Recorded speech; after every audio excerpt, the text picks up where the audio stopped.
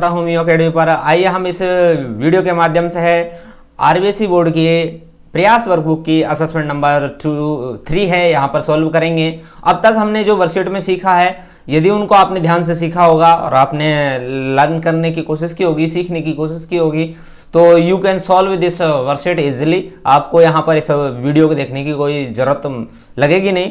लेकिन यदि आपने पीछे नहीं देखा है और याद नहीं कर पाए हैं तो उस कंडीशन में आपको यहाँ हेल्प की ज़रूरत पड़ेगी। तो हम यहाँ पर आपके लिए ये असेसमेंट वर्कशीट नंबर 3 है, उसको कंप्लीट सॉल्व कर रहे हैं। तो देखिए इसमें करना क्या है भाई, भाई यहाँ पर हमारे देखिए फर्स्ट क्वेश्चन क्या है, राइट द नंबर। तो आपको क्या लिखना है, नंबर लिखना है। किसका नंबर लिखना है, दैट कम्स जस्ट बिफोर, जो बिल्कुल बिफोर हो, बिफोर का मतलब पहले हो, द गिवन नंबर, अर्थात जो आपको नंबर दे रखा है, जो नंबर ये आपको दे रखा है उसके जस्ट पहले हो। तो उसका जैसे यहाँ 7 दे रखा है तो 7 से पहले क्या आएगा, 6। तो हमें यहाँ क्या लिखना है, 6 लिखना है।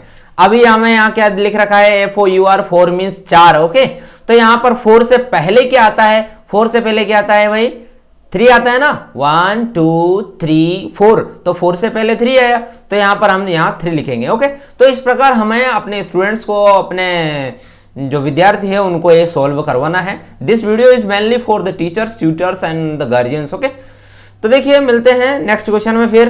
तो हमने पिछली वर्कशीट में ए एन और द आर्टिकल का उपयोग करना बताया था। आपको ये बताया था कि भाई ए का मतलब होता है, ए मीन्स होता है एक, और ए एन मीन्स भी होता है क्या, एक।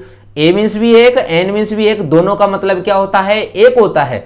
तो दोनों का मतलब एक होता है, तो उस कंडीशन में जब दोनों ही का मतलब एक है तो इनका प्रयोग भी हम एक के साथ ही करेंगे। कहने का मतलब है हम यहाँ पर इनका प्रयोग एक वचन जो सब्जेक्ट है ये उनके साथ में ही, या फिर एक वचन जो हमारी नाउन है उनके साथ में ही इनका प्रयोग होगा। ओके, आगे देखिए द का प्रयोग है वो सर्टेन स्थिति में होगा, क्योंकि यहां पर इसका एक वचन के साथ भी होता है और बहुवचन के साथ भी होता है। ओके, तो देखिए यहां पर आई हैव अ पेन, तो यहां पर क्या आ जाएगा, पेन। पेन क्यों आएगा, क्योंकि भाई देखिए हम यहां बोलते हैं क्या, पेन। तो पेन में पहला क्या है, पे से पतंग आया ना, तो जहां पर के से कबूतर से लेकर गे ज्ञानी तक हम कोई शब्द को बोले और उसका पहला अक्षर के, खे, गे, घेणे आए, तो उस कंडीशन में मतलब गे ज्ञानी तक कुछ भी आए तो उस कंडीशन में हम ए का इस्तेमाल करेंगे। तो हमने यहां किसका इस्तेमाल कर दिया, ए का इस्तेमाल कर दिया। ओके, बात आ गई समझ में। अब देखिए यहां पर दूसरा, देखिए दूसरे को ध्यान से देखिए। दूसरा है माय फ्रेंड इज यूजिंग, जो मेरा दोस्त है वो यूज कर रहा है, क्या यूज कर रहा है, अम्ब्रेला। अम तो मतलब शुरू में क्या आया, ए अनार वाला आया ना, तो उस कंडीशन में हम जब हमारे स्वर से स्टार्ट होने वाला कोई शब्द होता है तो उस कंडीशन में हम किसका प्रयोग करेंगे, किसका करेंगे, एन का। तो यहां पर हम लिख देंगे क्या, ए एन। आगे देखिए रोहित वांट्स टू सी, रोहित देखना चाहता था क्या, ये क्या लिखा हुआ है, ताजमहल। क्या लिखा हुआ है, ताजमहल। तो ताजमहल दैट इज स्पेशल, तो यहां पर हमारा क्या, द का इस्तेमाल होगा। ओके, हमने आपको बताया था ना हिस्टोरिकल जो मॉन्यूमेंट्स है, कोई प्रसिद्ध चीजें हैं, नदी है, पहाड़ है, या फिर सेलेस्टियल बॉडी है, अर्थात आकाशीय पिंड है, जैसे चांद, सूरज, पृथ्वी, ऐसा है, तो उस कंडीशन में हम द का प्रयोग करेंगे। ठीक है, आगे देखिए the test of an orange, तो यहां पर देखिए क्या लिखेंगे भाई, ऑरेंज, ओ। तो ये क्या है, एक स्वर है, वोवेल है, तो वोवेल के साथ में हम एन का प्रयोग करेंगे, तो यहां एन।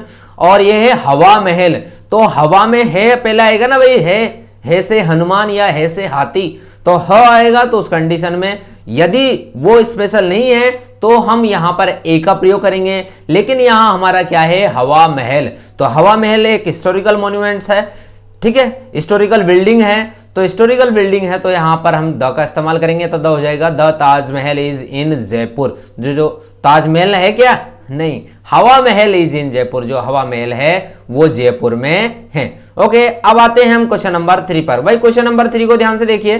तो क्वेश्चन नंबर 3 में क्या करना है हमें, look at the picture and right the name of occupation in the first sentence.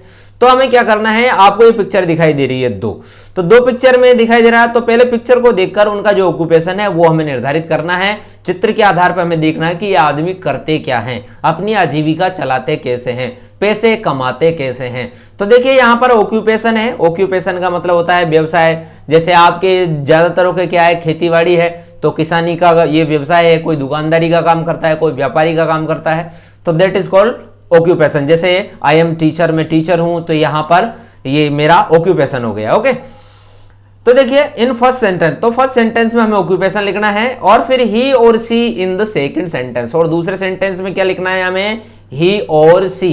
आपको हमने जो वीडियो बनाया था पिछला, हमने वर्कशीट का, तो उसमें बताया था कि ही का यूज है वो किसके साथ होता है, मेल के लिए, और सी का इस्तेमाल किसके लिए होता है, फीमेल के लिए। ठीक है, बात आ गई थी ना आपके लिए समझ में।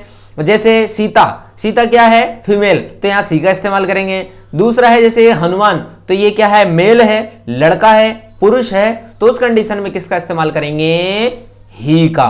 तो यहां आप अच्छी तरह समझ गए होंगे। तो देखिए मनीष इज ए पोस्टमैन, तो यहां हो जाएगा Manish is a postman, Manish क्या है, एक पोस्टमैन है। आगे देखिए ये पुरुष है, इसलिए यहां लिखेंगे ही डिलीवर्स लेटर, वह क्या करता है, लेटर है वो डिलीवर करता है। ठीक है, नेक्स्ट देखिए Shyama, Shyama is a singer, जो श्यामा है वो क्या है, सिंगर, सिंगर मतलब गाने वाली है, गायिका है। जैसे देखो आपको पिक्चर में दिखाई दे रहा है, तो ये गा रही है। सी सिंग्स ब्यूटीफुली, वो कैसा गाती है, बहुत ही ब्यूटीफुली गाती है। तो ओके, तो आपको यहां पर ही सी का यूज समझ में आ गया होगा, और ऑक्यूपेशंस के नाम आपने पिछली वर्कशीट में जो हमने पढ़ाए थे वो आपने याद किए होंगे, और आपके जो टीचर्स हैं उन्होंने आपको समझाया होगा, तो वहां पर आपको याद हो गए होंगे। नेक्स्ट देखिए भाई, नेक्स्ट क्या है हमारा फोर्थ क्वेश्चन, क्या है, यूज एप्रोप्रिएट प्रीपोजिशन। तो आपको एप्रोप्रिएट प्रीपोजिशन है वो यूज करना है। 3 प्रीपोजिशन हमने पिछली वर्कशीट में पढ़े थे, इन, ऑन और अंडर। इनका मतलब होता है अंदर, जो पहले से ही अंदर हो तो उस कंडीशन में इन, और ऑन का मतलब होता है ऊपर, ऊपर मतलब जो टच करे। जैसे ये मेरा हैंड है, तो ये हैंड के ऊपर पेन है, तो the pen is on my hand या पाम। ओके, तो ये टच करे उस कंडीशन में हम किसका इस्तेमाल करेंगे, ऑन का। और अंडर, अंडर मींस होता है नीचे। जैसे मान लो पेड़ के नीचे कोई बंदर आ जाए, नीचे बैठा हो, तो उस कंडीशन में हम अंडर का प्रयोग करेंगे। तो यहां पर देखिए आपके पिक्चर दे रखा है, क्या एक डॉग का पिक्चर दे रखा है, तो ये कार के ऊपर है, तो ऑन द कार हो जाएगा हमारा, the dog number 1 is on the car. Okay, second देखिए ये टेबल के नीचे है, तो यहां अंडर लिखेंगे हम, तो dog number 2 is under the table. बात आ गई समझ में, आ रही ना समझ में। आगे देखिए लास्ट है हमारा क्या, द कैट, तो जो वैसे कैट है नहीं है, डॉग ही दिख रहा है। Cat is in the basket, जो बिल्ली है वो कहां पर है, टोकरी में है। तो हमारी ये वर्कशीट यहाँ कंप्लीट हो गई। आपको हमारी ये वर्कशीट कैसी लगी जरूर बताइए। Okay, thank you very much. एक नई वीडियो के साथ हम फिर मिलते हैं, तब तक के लिए जय हिंद।